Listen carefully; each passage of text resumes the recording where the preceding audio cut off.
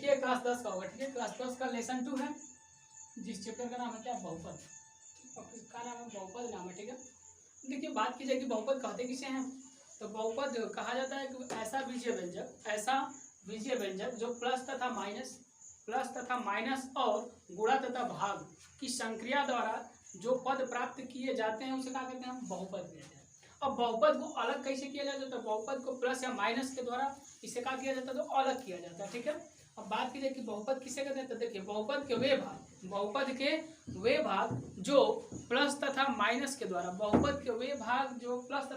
के द्वारा अलग किए जाते हैं उसे क्या कहते हैं, तो बहुपद के पद कहते हैं। उसे क्या कहते हैं, बहुपद के पद कहते हैं। बात की जाए कि बहुपद किसे कहते हैं, तो बहुपद एक ऐसा बीजीय व्यंजक है, एक ऐसा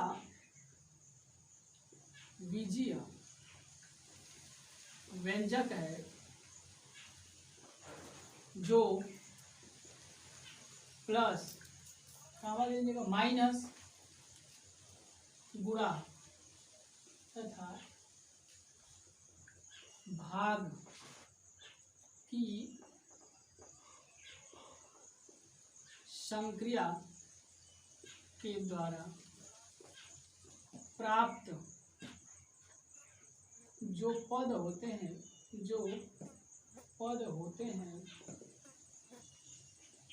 उसे बहुपद कहते हैं। उसे क्या कहते हैं, बहुपद कहते हैं। उसे बहुपद कहते हैं।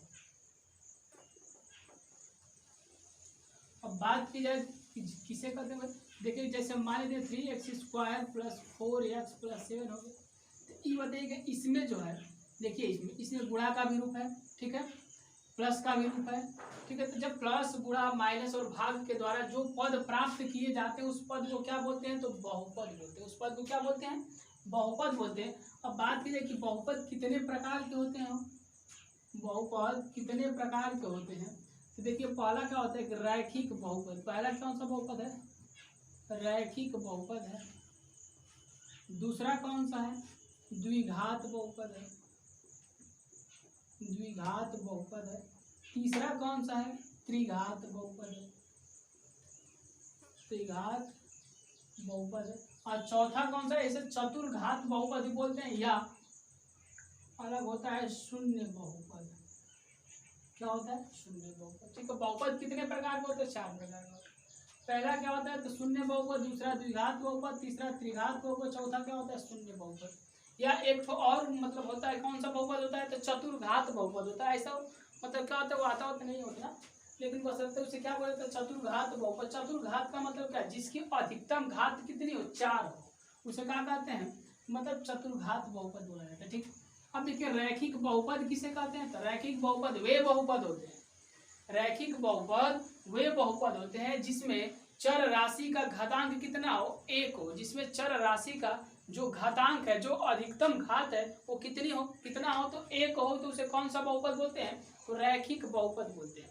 जैसे यदि बात की जाए कि x+1, जैसे बात की जाए x+1, ये बताइए x+1 में चर राशि क्या है, x है, x की मैक्सिमम घात कितनी है भाई, 1 है, इसलिए यह क्या है, तो रैखिक बहुपद है। कौन सा बहुपद है, रैखिक बहुपद है।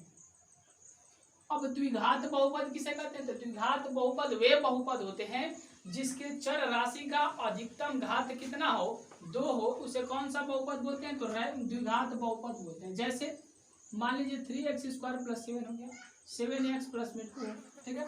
अब देखिए इसमें जो चर राशि है, चर राशि ये भी हो गई, ये भी हो गई, तो इसमें अधिकतम घात कितना है, 2, तो जिसकी अधिकतम घात कितना हो, 2 हो, कौन सा बहुपद कहता है, तो द्विघात बहुपद। त्रिघात में ऐसा क्या होगा, 3 होगा, त्रिघात में घात कितना होगा, तो 3 होगा। अगर शून्य की बात की जाए तो इसका घात कितना होगा, 0, ठीक है। या घात कुछ और दे दे, गुणांक जब 0 दे देते, इसे कौन सा बहुपद कहते हैं, शून्य बहुपद कहते हैं, ठीक है। उसके बाद एक तो आता है कि मतलब बहुपद का पद। अब देखिएगा बहुपद का जो पद होता है, तो बहुपद के पद को हम प्लस तथा माइनस के द्वारा, बहुपद को प्लस तथा माइनस के द्वारा अलग किया जाए तो उसे क्या बोलते हैं, तो बहुपद के पद बोलते हैं। यानी जो हम लोग जैसे द्विघात बहुपद हो गया, तो द्विघात बहुपद में ऐसे मान लीजिए 3x² + 2x + 2 दे दिया, इसमें एक ठो ये पद हो गया, एक ठो ये हो, एक ठो ये, यानी पूछ लेगा कि द्विघात बहुपद, यानी जो द्विघात बहुपद दिया है उसमें कुल कितने पद हैं भाई? तो 1 2 3 हो सकते हैं, 3 भी हो सकते हैं, 2 भी हो सकते हैं, ठीक है। तो इसे क्या बोलते हैं? द्विघात बहुपद के पद बोलते हैं। अब देखिएगा एक जो आता है घात, घात किसे कहते हैं?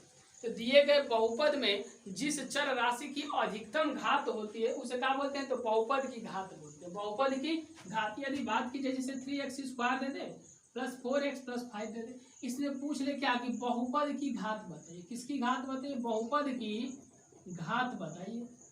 तब घात का मतलब क्या होता है कि जिसकी सबसे अधिकतम घात होती है, यानी जो अधिक घात होगा वही बहुपद की घात कहलाएगा। ये बताइए सबसे अधिक क्या है? 2 है ना, तो घात बराबर कितना होगा? 2 होता है, ठीक है। घात बराबर कितना हो जाएगा? 2 हो जाएगा, ठीक।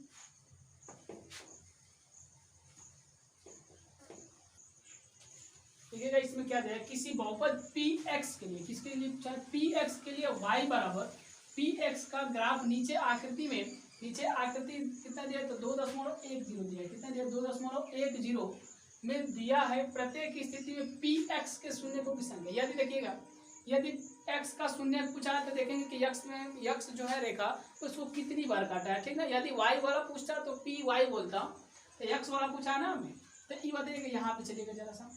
ये बताइए ये x रेखा है, ठीक है ना। ये कौन सा रेखा? y रेखा है, ठीक है। इसे बोलते हैं भुज, इसे क्या बोलते हैं? कोटि बोलते हैं। तो ये बताइए x पूछा है तो x वाले में हम लोग जाएंगे। तो ये बताइए कहीं x पर काटा है क्या? कहीं नहीं काटा है ना, तो इसका क्या हो जाएगा? मतलब px बराबर कितने बार? 0 बार, ठीक है। अब इसमें देखिएगा ये आंसर है।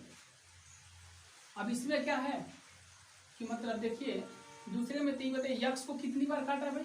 जो रेखा है वो कितनी बार काट रही है? तो 1 बार काट रही है, तो अर्थात ये px बराबर कितना हो जाएगा? 1 हो जाएगा, ठीक है। इसमें देखिएगा तो 1 बार यहाँ पर काटा है, 1 बार यहाँ पर, 1 बार यहाँ पर, तो px बराबर कितना हो जाएगा?